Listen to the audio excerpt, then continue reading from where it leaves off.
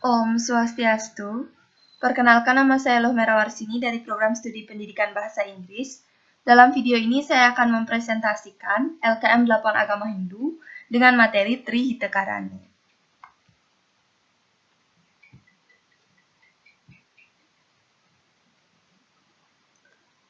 Nah, dalam LKM ini saya menganalisis sebuah artikel ilmiah yang berjudul Reframing Trihitakarana from Balinese Culture to Politics.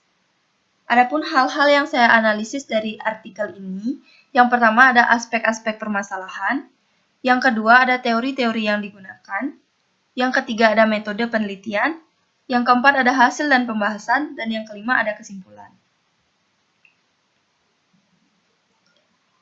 Yang pertama ada aspek-aspek permasalahan. Dalam artikel ini saya menemukan 3 buah aspek permasalahan. Yang pertama, bagaimana munculnya Trihitakarana atau 3 penyebab kesejahteraan sebagai ideologi, konsep ilmiah, dan konsep kebijakan di pertanian beririgasi dan wilayah atau wewenang subak.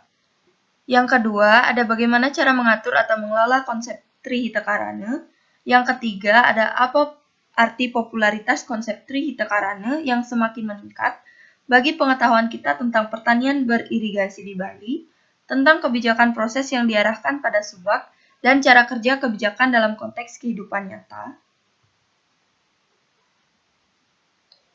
Selanjutnya ada teori-teori yang digunakan. Dalam artikel ini saya menemukan ada 5 teori. Yang pertama, ada teori yang diungkapkan oleh seorang tokoh yang bernama Lansing.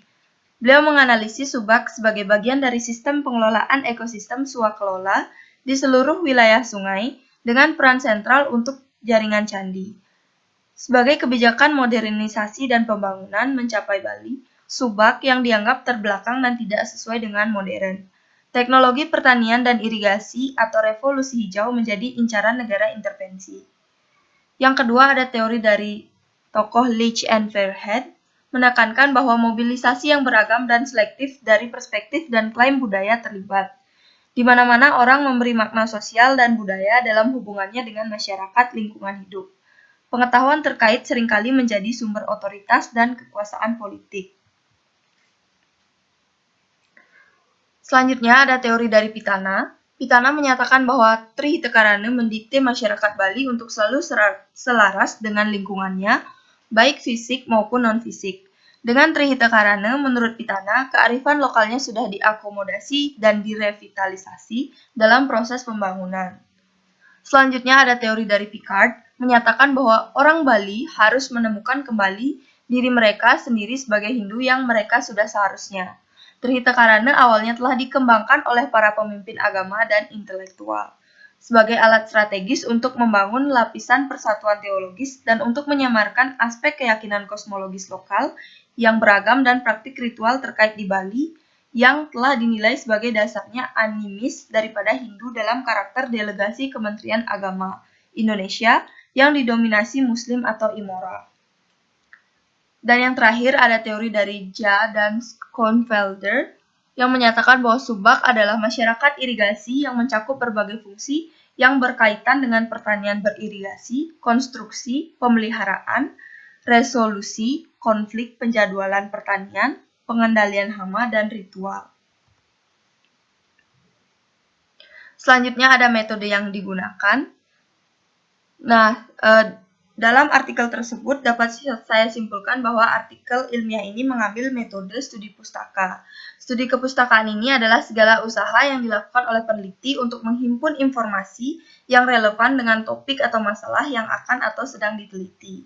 Informasi itu dapat diperoleh dari buku-buku ilmiah, laporan penelitian, karangan ilmiah, tesis dan disertai peraturan-peraturan, ketetapan-ketetapan, buku tahunan, ensiklopedia, dan sumber-sumber tertulis baik tercetak maupun elektronik lain.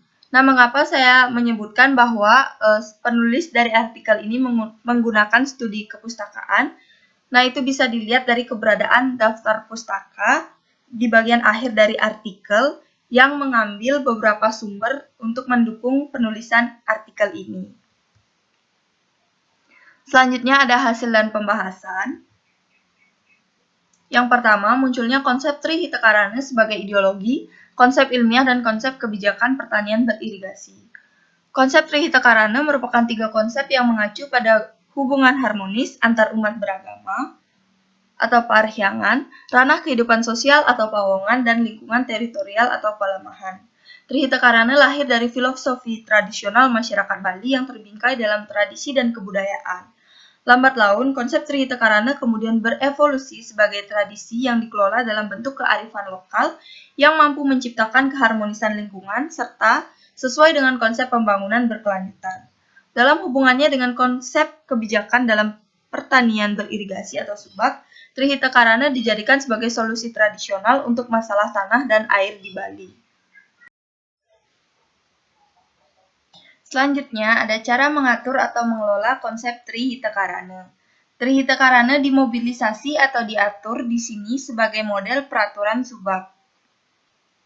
Penandatanganan awik-awik oleh Dewan Subak, otoritas pemerintah dan pengadilan membentuk badan hukum. Badan Pekerjaan Umum secara aktif mendorong dan memfasilitasi subak untuk mencapai formalisasi karena perjanjian pinjamannya dengan Bank Pembangunan Asia.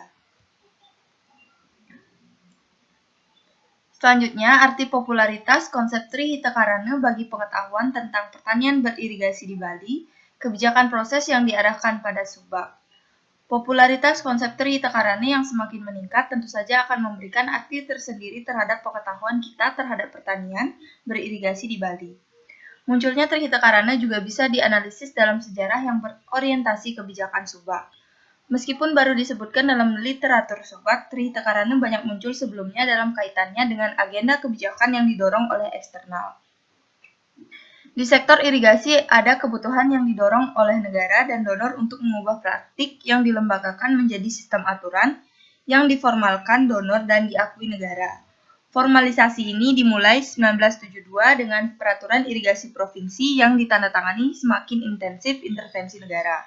Sejak akhir tahun 1970-an, Asian Development Bank mendanai Bali proyek irigasi dimaksudkan untuk memodernisasi irigasi dan menimbulkan banyak konflik.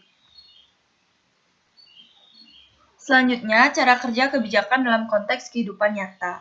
Dalam hubungannya dengan konteks kehidupan nyata, kebijakan yang diambil dari konsep Trihita Karana dapat berfungsi sebagai konsep batas yang menghubungkan tokoh masyarakat dengan masalah di sekitar, seperti pariwisata dan lingkungan, dan membuat mereka bertindak dengan cara yang bermanfaat bagi lingkungan. Konsep tersebut dapat meningkatkan kesadaran masyarakat tentang isu yang berkaitan dengan lingkungan. Dalam konflik sumber daya tentang investasi wisata, ia dapat mengatur dukungan politik dan menciptakan aliansi melawan investor eksternal yang kuat meskipun demikian berumur pendek.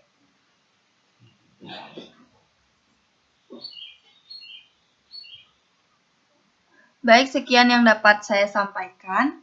Akhir kata saya ucapkan terima kasih dan Om Santi Santi Santi Om.